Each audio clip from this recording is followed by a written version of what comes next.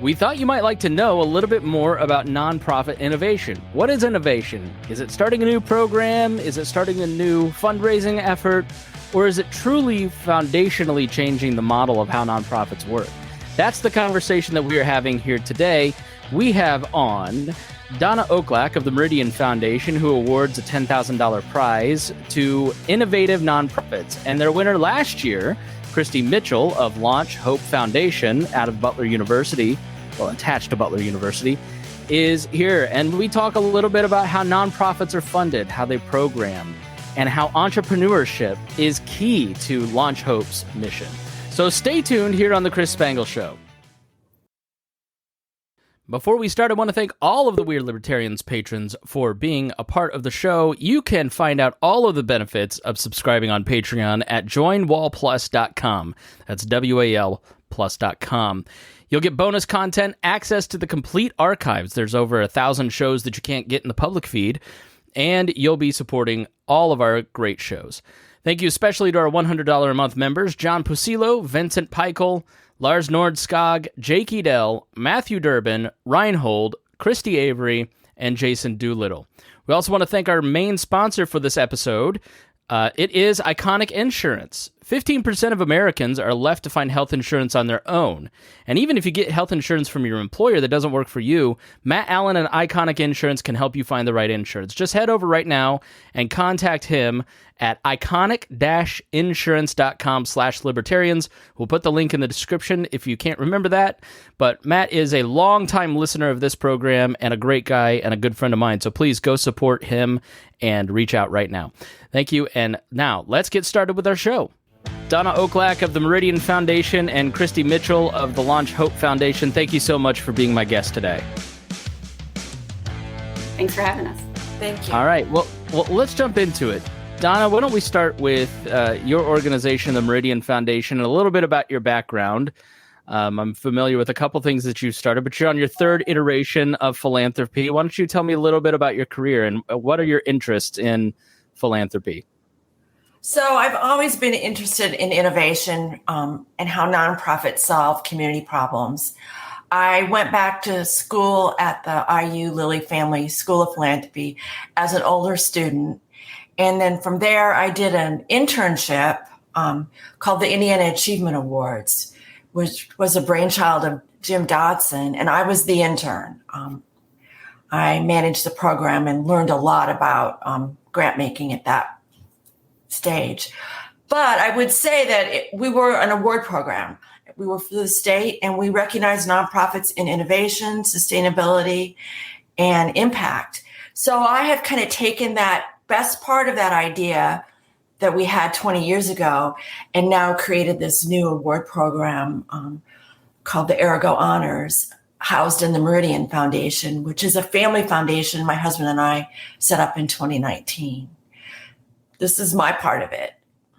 Yeah, and you've also you were a co-founder of Impact 100, which is a great organization, and I'll link to my previous interview, with them.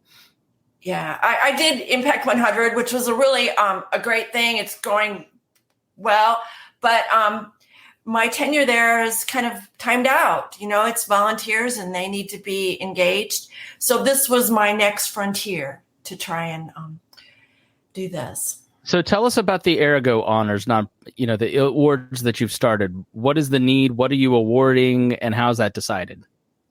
Well, we do it through a winnowing process where we keep it really simple, where the nonprofits apply up until midnight to tell us what their great idea is, what their innovation is. And then we go through it with a volunteer core, and we find those that bubble up. And the volunteer core keeps me in line so that we select what truly is innovation. And this year we have a succinct definition of innovation to keep us better on track. It's from Stanford. It's not my own definition, but I think it works really well. Innovation is a break in practice, large or small, leading to significant social change. So we're looking for impact and a change in the community, public value, so to speak. Yeah. So Kristi Mitchell of Launch Hope, you were last year's winner, correct? Yes, So, we were. Donna, tell us why they won the award. Tell us a little bit about Launch Hope and what it is that was special about them, and how would you define innovation in terms of how they operate? Well, Kristi and I met before the award process really was finalized last year. COVID was still kind of there, and we met outside. And Kristi is a graduate of the Ball State Entrepreneur Program under Don Kratko, and I'm probably not saying his name right, but I'm a Ball State grad, but I never took that program. But it's always been very recognized in the state. And her entrepreneur view was just struck me from the very get-go. And I will tell you just a funny story, and I hope she doesn't get mad at me, in that the students filled out her application online on Google. And it really wasn't quite as good as it could have been because they were little interns, right? And it didn't shine as much as it should have. But through the process and understanding what she was doing, and she's got a lot of balls in the air. I mean, she's got a lot of moving parts. So it's not an easy application to understand, but it certainly is innovative. And the fact that she has engaged Butler students in helping at-risk population, to me, was just everything. And it was one of my favorite ones, but it wasn't the easiest one to explain. Well, oftentimes, Kristi, innovative ideas are not easy to explain, right? Oh, I totally understand it. So tell us about Launch Hope, and why is it complex, and what do you do? Yeah. So like Donna said, I'm an entrepreneur by heart, by trade. And then I also am an instructor at Butler University in our entrepreneurship and innovation department. And so at Launch Hope, our mission is to transform lives and communities through the power of entrepreneurship. So we look at everything through that lens. And because of my situation of being an entrepreneur, being an instructor, and pulling together a couple things that I had a unique perspective about, it helped us to develop a really unique model. And so our model is based around kind of three premises: that we educate, which is our entrepreneurial education program; we execute, which is our business accelerator program, where when people are ready to move into our business accelerator, we put a team of Butler University business students with them as their support staff. And then we also employ. So we have an industrial center that we can employ our members in if they need employment, as well as it serves as a manufacturing arm for those in our business accelerator. So right now we focus on industrial sewing, but we have a member who's coming out with a line of cosmetics. We will manufacture those for her in our industrial center. So it's really bringing together three different components and mixing them together that makes it unique. So it's, we educate our population, our members, we execute on their models to bring their businesses to the marketplace. And then we also employ, because we know that not everybody is going to be an entrepreneur, but learning that entrepreneurial mindset is so critical in people moving from wherever they might be in life to wherever they want to go. So teaching them to think like entrepreneurs benefits them throughout their life and also in their families' lives. So who are you serving, and what is the main need that you're trying to, you're obviously the main need is education about work and entrepreneurship, right? Mm-hmm. But what's the deeper values that you're trying to instill here? Yeah. And so our program really serves anybody with a need that kind of wants that transformation in some way. So we teach inside the jails, the Hamilton County Jail. We also teach at a center out at the Phelan Leadership Academy, as well as a center at the Community Action of Greater Indianapolis.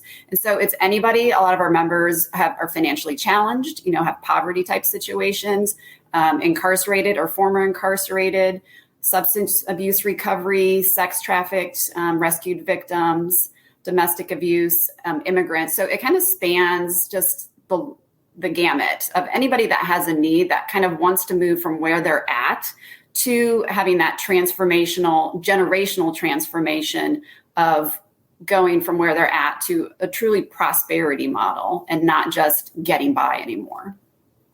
And I'm certainly not, I love all the organizations that I talk to, but it sounds like a much different model than, if you're in an economically disadvantaged situation, well, here we'll kind of help you with fill out this application, or we'll provide you with food, or we'll do, it's sort of a singular thing. This seems a little bit more complicated, more all encompassing.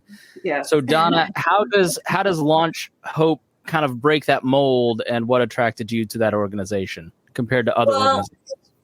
A long time ago, somebody told me that a nonprofit had a lot of moving parts. And I like the fact that Kristi Mitchell's organization had a lot of moving parts. And not all the outcomes were there yet. I mean, but the fact that it was housed in a university and that the students at Butler were seeing real world and getting real world experience. And not only that, but the fact that at risk, women that were incarcerated, come out and have to look for a job and have all those barriers. Well, Kristi was giving them strength to create their own future. Yeah. And I just felt it was a story that isn't happening very often in many places. Mm-hmm. And I loved it from the get-go. Yeah. So Kristi, can you explain so the people you're serving are not the college students necessarily. They're part of the organization. You have a long list of interns on your website. Right. So can you kind of break that down for the listener, the different groups of folks that are involved in the organization and what they do? Yeah, so we have people who teach in our programming, so our education program, and those tend to be college instructors, entrepreneurs themselves. And then when they are in our accelerator program, that's where we employ our 25 to 30 per semester college interns, because it's great, teaching entrepreneurial education. A lot of organizations do that, but the heavy lifting comes in the execution part, like taking your product from a business model canvas on a piece of paper to an actual proof of concept and moving your company into the marketplace. That's difficult on a good day for any entrepreneur, let alone the population we're serving. So putting together a team for them, so they have a business team now. They're not in it by themselves anymore, giving them more and more confidence and being able to move that into the marketplace, as opposed to just doing it by themselves, is really where a lot of the transformation comes in, because they just feel like, I can do this. I've got these college students here supporting me. I've got a business mentor that's coaching me through the process. And we ask that our entrepreneurs stay with us for 5 years, because we want to really see their businesses succeed. And statistically, if they can get past that 5-year window of being in the marketplace, and their chances of long-term success as a small business owner goes up exponentially. So that's kind of where we leverage our resources that we have. I'm in the process of starting my business. I'm 38 and have access to a lot of great mentors that can help me. It's very confusing, and you're always kind of like, I don't know what I'm doing. I don't know. Yes. So can you talk about, somebody give me a great example of someone that came to your organization with an idea and was just like, I have this idea. Like, I know my idea will work, right? Right. But I don't know anything about the LLC that I've had somebody form for me. I don't have like a person to do my taxes. I've just got the idea, right? So I imagine it's so much harder for somebody that doesn't have the benefit or the privilege of the network that I have of people to assist me and the money to pay them. So, right. So it's confusing. As I said, it's confusing on a good day, right? Right. Yeah, exactly. Let alone being like 25 and, not many resources. Right. So, so people who are resource constrained typically is our populations that we serve. And we do have people that already have existing businesses that come to us, and people who just have an idea. And so they kind of enter maybe at different entry points within our organization. But for those that just have the idea and are starting off in the business model creation class, we go through first, backing it up even a step further. How do I do really good business research? Teaching them how to do industry research, competitor research, consumer research, vetting their idea, different types of innovation. And oftentimes the idea they come to class with is not the idea they leave class with. And we go through an ideation process, boil it down to make it very simple so that they leave with a complete business model canvas of, a vetted business model canvas. We've kicked the tires on it, feel really comfortable that they've done the research. They engage in customer surveys, customer engagement, and that type of thing. So the process of going from ideation to a complete business model, it's pretty straightforward, but it's not easy, and it kind of goes in circles sometimes. So the process is just, we demystify it a little bit, kind of, walk them through that process. And then through that process too, teaching them to think like an entrepreneur is key. Because like all the other stuff you said about doing all the administrative, the LLC, getting your domain, all that stuff, that's pretty straightforward. But we found that people are still intimidated by that. Sure. So we try to simplify everything, make them think like an entrepreneur, and that you're going to fail, and that failure is just a learning point. That is a data point. That's all it is. And so getting that through to them and them really embracing that, you just see the confidence grow in our members. It's amazing. That was my next question, because I'm just sort of kind of relating it to my own experience. Mm-hmm. And the confidence game of, all right, I can set you up an LLC and I could in my sleep set up a URL, right? Yeah. But having the confidence to go and pitch somebody to give me money is maybe the most terrifying aspect of all of this. So I imagine somebody who's kind of younger and from a different background than I had. My father was a small business owner. Talk about the confidence game. I mean, what kind of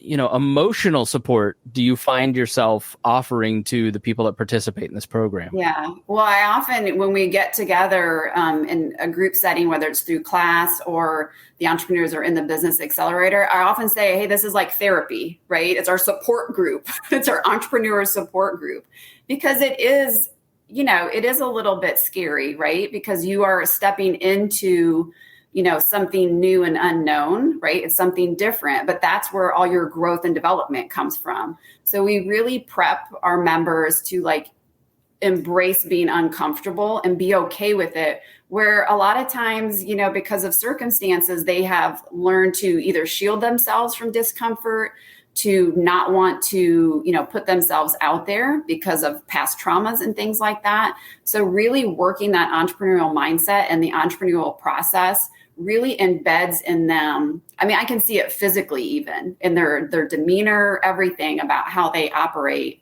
how they think. And you start to see kind of some of the shell that they've put up, or that wall they've put up, start to maybe crack a little bit. And to really start to see them shine is amazing.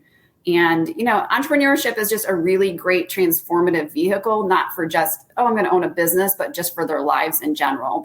The confidence to try new things, the confidence to understand that, like I said, failure is a data point, that, you're going to get there, and it might not be where you thought you were going, but you are going to, put in that work, put in that effort, and you're going to succeed, and success looks different for everybody, but they're going to get there. So tell me about a success story. Well, we've got a couple. So we, like I said, our runways are a little bit longer because we are creating, new business and things like that. But our very first member was a young lady who came out of the Hamilton County Jail. So I was teaching her inside the jail. So we were able to go in, teach a weekly class. She developed a full business model. Again, it was not the idea she came in with, but it morphed into, what she ended up bringing to market. And today, our member, she has a full line of dog clothing that she sells. She's online as well as in retail locations here in Indianapolis.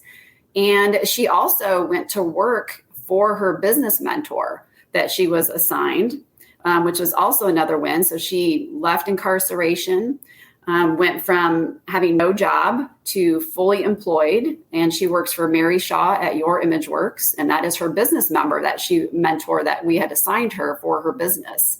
So that was a win-win. So, somebody with a felony record, fully employed, and is also running and operating her business. And the students, a win for them too is, the first time I brought her to Butler University, I didn't tell the university I was bringing somebody with a felony conviction in. So don't tell them. Right. But, the kids, they're not listening. Yeah. But the students were absolutely amazing. They would go pick her up because she was, as part of her probation, could not drive. They would take her to dog parks to do customer engagement and customer feedback, and they would take her there.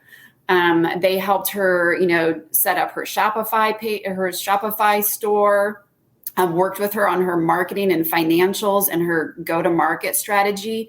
And just seeing her interact with the students was amazing. Just, she kind of had that spark again, after being in jail and her job and her life kind of spiraling for, a long time. So that's one that, I'm really excited about. And then we've got, several other, I could go on and on, but yeah. So isn't that amazing? I mean, that's innovation if you've ever seen it, right? Absolutely. Yeah. It's networking multiple communities to build great outcomes and building a community in and of itself. It's excellent. And, the students, I'm sure the students get so much out of it, especially, like, I don't know, looking back at my college self, I didn't have a lot of interaction with populations that, were different than Plainfield, Indiana. Right. So if I had met someone at 22 that had a felony conviction, I would have had a certain view of them. And that so can you talk about the impact on the students and how it changes their view? Yeah, the students, that's, one of the things I'm most proud about, because when we first started, I remember talking to Donna, I was like, I don't know, because, we're at Butler University and, the perception of Butler is that, right, they're, privileged students. It's a very expensive school. I didn't want to say it, but that's what I was implying. Okay, thank you. We'll just say it, okay? We're amongst friends.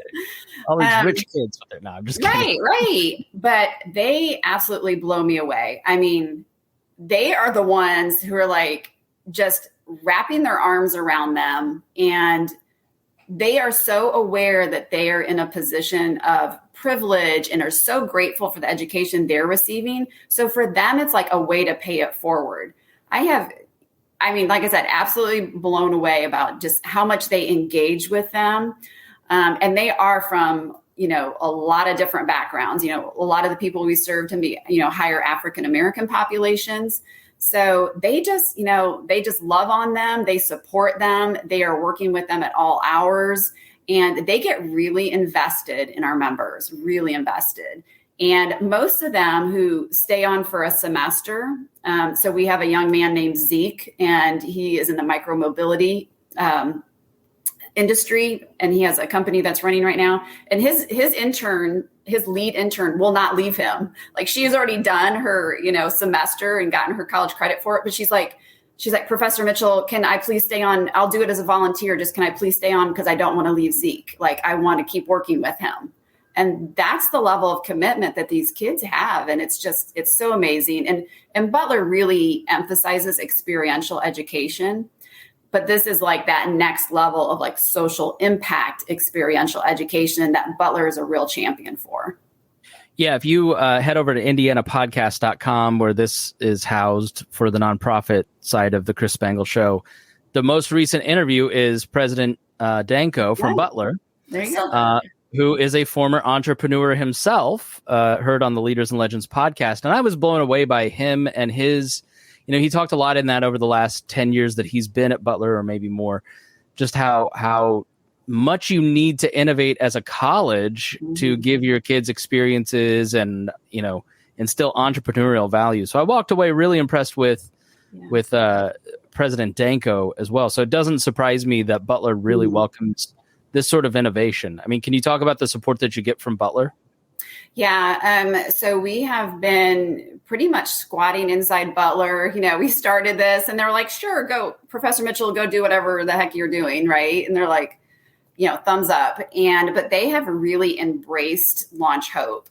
So like I said, we have any semester, we'll have upwards of 30 interns this semester. They give us space there. They, support us in the community to try to help with fundraising. And they really see this as, for them, a way to innovate the education model, because these students are not only just learning things in a classroom, then they're able to walk to the innovation lab there that's housed in Dugan Hall in the Lacey School of Business and meet with the members from Launch Hope. And then, so they're walking from the classroom to the innovation lab and are actually getting to work on real life businesses, real life social impact causes. And the kids are so immersed in it. And it really transforms the way that they have learned. And, you know, Butler is so supportive of that because they know like that is the future of education, not just learning out of a book anymore. So Butler is one of our biggest, you know, champions, cheerleaders.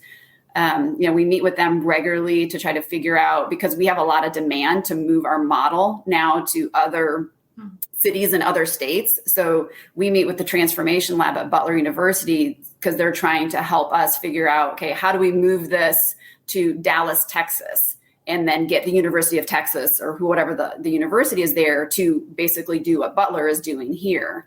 And so they're helping us with our long-term strategic model of how do we move this, because we do have such a demand to move this type of a model to other locations. Yeah, I mean, we're heard on college stations around the state. So is there any conversation about maybe, you know, branching out statewide first, or if somebody were interested in kind of getting involved, if they're a college student, could they come and make the road trip to Butler, or, you know, help bring this to their college? Yeah, this semester, we are actually having interns from IUPUI, Meridian, and UIndy are joining our internship team. So this will be the first semester that we've branched out into kind of the other three colleges just here locally in Indianapolis. But yeah, I kind of foresee in 2023 that we will definitely start to incorporate and move to other cities and also other states. And so any other universities that want to, you know, have a Launch Hope program, social impact program through Launch Hope at their university, they can just, you know, contact us, you know, through Butler or directly through Launch Hope. And so I think 2023 will be our first year where we're going to officially onboard additional universities and start to move the model. All right. So I think Donna, the read I get on her, Kristi, is that she doesn't want to talk about what she does, and she's very thoughtful and giving, and probably doesn't want to feel like she's bragging. But can you brag on Donna a little bit? I will brag on Donna. Tell us what winning the prize last year, the forgive me, the Arago, please help me, Arago prize, yes. The Arago Prize meant for your organization, and how has Donna Oklak of the Meridian Foundation helped your organization? Yeah, so Donna as a human being is amazing, and then what she does in the philanthropic world is even, you know, more amazing, because her approach to the nonprofit world, philanthropy, is really about innovation. And so often, most of the funding, a big segment of the funding, goes to your traditional nonprofits. And there's a great, you know, purpose that they serve, but, you know, your food banks, your domestic shelters, you know, your recovery centers, you know, and they need funding, absolutely. But then it's hard for newer, innovative programming to get up and running, because a good portion of your funding is going towards traditional models of non-for-profits. And so where Donna comes in is she's looking for that innovation. You know, she's looking to be the person who invested in Amazon when Amazon was just a bookstore in a garage, right? and so that's what she looks for. And that is so critical in really making a sustained transformative impact, right? So the way we do things is we need people like Donna to be able to bring those models to market. And Donna allows innovative, non-traditional nonprofits that runway to be able to get up and off the ground. And we're still building the plane as we're flying it, but Donna allowed us to get off the ground, where without her support, innovation can still sit there and not be able to make it to that next stage where we're actually live in the marketplace, in the community, actually helping to transform lives. So without people like Donna, innovation kind of fizzles out, because not a lot of granting organizations are looking for unproven models. But that's what innovation is all about. It's a new idea. It's a new approach. Can one of you kind of give me the dummies version of how nonprofit funding works, why, and how you'd like to see it changed? Donna, do you want to tackle that? Like, I think people listening kind of, of a nonprofit and you think of a food bank and you think, oh, I give donations to them. But that's not necessarily how all of the funding works. I'm sure there's grants, but I don't know that a lot of our listeners might totally understand the nonprofit world and how, I don't want to say the rut that it's fallen into, but the patterns that it's fallen into and why you see a need for change. Well, most giving is driven by individual donors, and that is the source of revenue that for nonprofits that is more sustainable. So when a nonprofit kind of gets logged into just applying for grants, it's not uncommon for that source of revenue to diminish, to not stay sustainable. So it's always challenging for nonprofits to have a strong source of individual donors, especially when they're starting, right? And they don't have a track record. But I would always, tell nonprofits to tell their story, and that's how they'll get more donors. Mm-hmm. But it's quite an industry where we have fundraisers in these entities, and the bigger they are, the bigger the fundraising department usually is. And we're kind of trying to upset the apple cart a little bit in our small way. We think it's important that there's trust, that we trust Kristi Mitchell to be able to go out and do her work. And we don't require any reports. And we just say, Kristi, go do it. And we did that 8 times. So while we found, Kristi's story is amazing, we found 7 others that were really equally as good. We found innovation in large nonprofits that had more capacity to build that airplane and launch it. And then we found some smaller ones. We did not find a lot of innovation in middle-sized nonprofits. And I think that's kind of telling in the industry that they're so busy staying afloat that they can't be innovative. Because they're getting drowned out kind of by the bigger guys, mm-hmm. and they're not able to get as much access to donors What I've noticed is it's harder for them to get volunteers and dollars, and they're treading water a little bit. Yeah, they are. And that's not what we want, right? These problems in our community are huge. And they take a lot of us with a lot of great ideas to wrap around services and to solve the problems. So we want to inspire innovation like Kristi Mitchell has. And it's not easy to do. Yeah. Kristi, do you want to weigh in? Yeah, I kind of echo everything Donna said. And I think there's a huge need just, to solve these kind of social problems, to really innovate and finding the right, people to back you for that, whether it be the individual donors, is so critical, and to be able to tell your story. But like with any startup, Launch Hope is a startup. So it's always hard in that startup phase to get your story out there, to get people to pay attention, right? Because you're new and you're competing with United Way or, some of the big people that, I'm just going to write my check every year to the United Way and I'm good, right? But hey, take a chance on, a smaller, innovative organization that might be shaking things up. And so our big push is to try to get people to try to look at the world of, nonprofits a little bit differently, and to look at it through a lens of innovation like Donna does, because that's where your real impact is going to come. Yeah, people like predictability in this space. And you talked a little bit about data and granting organizations liking good data and how that hurts innovation. Can you repeat the off-air conversation? Because I found that so interesting and not something that I just, most of the very large granting organizations, across the nation, not just here in Indianapolis or Indiana, but, they want reams of data. How many people have you helped and served over a period of time? And they want to see the results. So they know if we give you $100,000, but they've done this, for years. So it's a safe bet. And so a newer innovative organization, my results take longer, but my results are more exponential in terms of the actual transformation. So a lot of times there's that short return on investment. I gave $50,000. I know $50,000 worth of food went out, and I helped so many families, and I can quantify everything very quickly. And I can show those numbers of, people helped, people served.